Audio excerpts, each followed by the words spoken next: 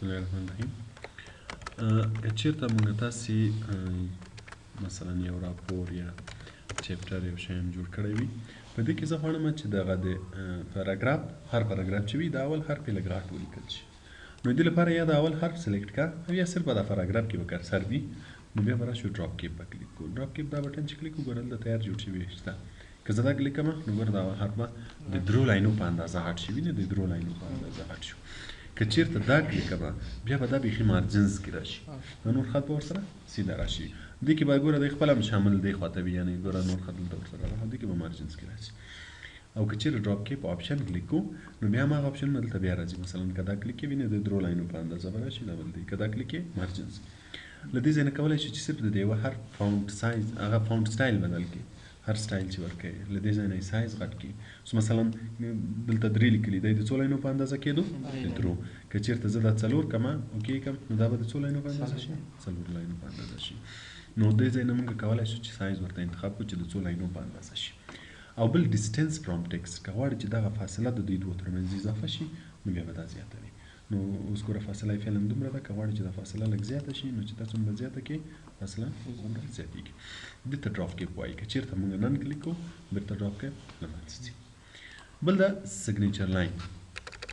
که کله غواړې چې سیګنیچر لاین اډ کړي، مثلا یو عریضه یو راپور یو شی جوړوي چې لاندې پکې د امضا ضرورت شته، یو ځای کې د امضا ضرورت شته، نو غواړې چې د امضا ځای ورته جوړ کړي چې نوم هر څه پکې لیکلي وي، په هغه صورت کې بیا له سیګنیچر لاین نه استفاده کوئ. سیګنیچر لاین کې به دلته مایکروسافټ افیس سیګنیچر لاین کلیک کړئ. ګوره دلته بعضې شیان دي که غواړې چې پکې ولیکې. اوس مثلا سجسټډ ساینر امضا څوک کوي، که غواړې چې د هغه نوم ولیکې، مثلا پوزیشن یې ولیکې رئیس عمومي فلانی رئیس عمومي که نه. مثلا زه دلته لیکم چې وفي الله. دلته یې ټایټل عنوان لیکي، وظیفه یې څه شی ده. مثلا ګوره دلته اګزامپل هم لیکلی وي، فار اګزامپل منیجر لکه منیجر رئیس هر څوک چې وي که نه. نو مثلا زه دلته لیکم چې وفي الله ډایرکټر. که غواړې چې ایمیل ادرس یې ولیکي، بعضې معلومات د امضا نه مخکې که غواړې چې ورسره اضافه یې کړې هغه به دلته ولیکي. نو چې کله دا ولیکل اوکې کړي ګوره دلته به د امضا ځای جوړ شي، وفي الله ډایرکټر. دغه ځای کې به وینې بیا امضا کېږي. پوه شوې؟ دې ته هغه وایي سیګنیچر لاین وایي.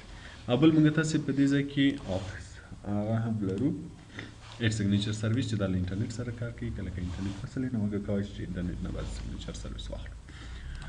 بل ډیټ اینډ ټایم. ډیټ اینډ ټایم موږ تاسې هیډر فوټر کې هم ویلي وه. که کوم ځای کې غواړئ چې تاریخ ولیکې، تاریخ کوم تاریخ به تاریخ چې دې کې وي نو کلیک یې کړه. ګوره دلته موږ تاسو سره مختلف فارمټونه دي، هر یو چې غواړئ اوکې یې کړه هماغه ورته اضافه کېږي. بل موږ تاسې آبجیکټ لرو. آبجیکټ نه موږ تاسې څه وخت استفاده کوو؟ آبجیکټ نه همیشه هغه وخت استفاده کوو که غواړئ چې په دې ځای کې له یو بل پروګرام استفاده وکړئ. مثلا زما دلته د یو بل پروګرام زه یو ډیزاین غواړم چې په پینټ پروګرام کې جوړ کړم چې دلته راشي، یا مثلا یو ډیزاین په فوټوشاپ پروګرام کې جوړوم خو په کار مې دلته ده چې باید دلته راشي. نو اسانه طریقه یې څه ده چې هر ځای کې مو په کار وي عمل د به کرسر کېږدئ، آبجیکټ په کلیک کوئ. ګوره دا زموږ د کمپیوټر کې چې پروګرامونه انسټال دي د ټول نومونه دغه ځای کې موجود وي. هر پروګرام نه چې غواړئ استفاده وکړئ کلیک به یې کوئ. که چېرته پینټ نه استفاده کوئ بیا به بیټ میپ ایمیج کلیک کوئ اوکې به یې کوئ.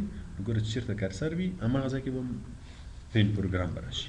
نو چې کله موږ تاسې دلته هر شی ډیزاین کړو په دې کې دا به هماغه ځای کې چې موږ کرسر ایښی وو هماغه ځای ته راځي. مثلا ما دا شی جوړ کړ دا کلوز کړم.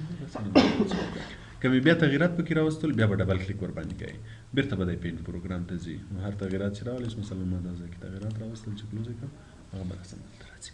دې ته آبجیکټ وایي. که کله غواړئ چې لږ د یو بل پروګرام نه استفاده وکړئ نو بیا به راځئ انسرټ مینیو کې او آبجیکټ په کلیک کړئ. او بل د ټیکسټ فرام فایل. که چېرته غواړئ چې په دې ځای کې د یو بل فایل نه معلومات راواخلئ دلته یې واچئ. مثلا دغه ځای کې زه یو فایل لرم د ورډ د ریزولوشن په نوم. دې کې چې کوم خط ده دا زه غواړم چې دغه په ادامه له دې نه وروسته راشي. نو یوه لارې خو یې دا ده چې هلته لاړ شي هغه خلاص کړې هغه ځای نه یې کاپي کړې دلته یې پیسټ کړې. بله لار یې دا ده له هغې نه هم دا ښه ده ځکه چې هلته ته مجبور یې هغه خلاص کړې بیا ټول کاپي کړې بیا دلته راشي ټول پیسټ کړې. نو بیا به دا کلیک کوې. دا چې د کلیک کوو هر فایل چې هر چېرته وي ور وښیې دغه خط به دلته راشي. مثلا زه په ډیسکټاپ ریزولوشن فایل کلیک یې کړه. ګوره هماغه کې چې کوم شی وي هغه یې ګوره دلته راوستو. وینې دې ته ټکسټ وایي. که چېرته غواړئ چې ټکسټ فرام فایل کې له یو فایل نه ټکسټ راواخلئ بیا به دې نه استفاده کوئ. بل د پکې ایکویژن.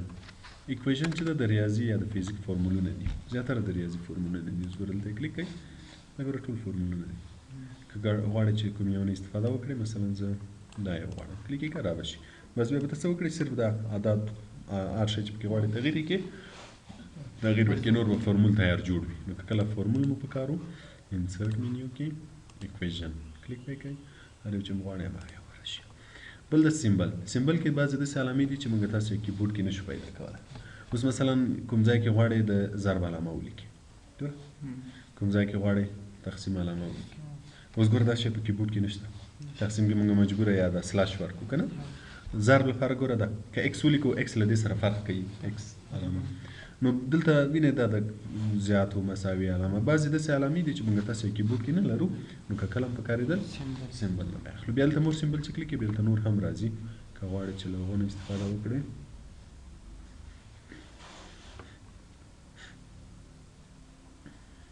ګوره دا ټول سیمبلز دي هر یو چې غواړئ چې هر چېرته کرسر وي مثلا زه دا غواړم دا یو هر چېرته چې کرسر وي ګوره کرسر دلته انسرټ وایي که همالته ورشي دې شي ته سیمبل وایي اوس په انسرټ منیو پوه شوئ سوال لرئ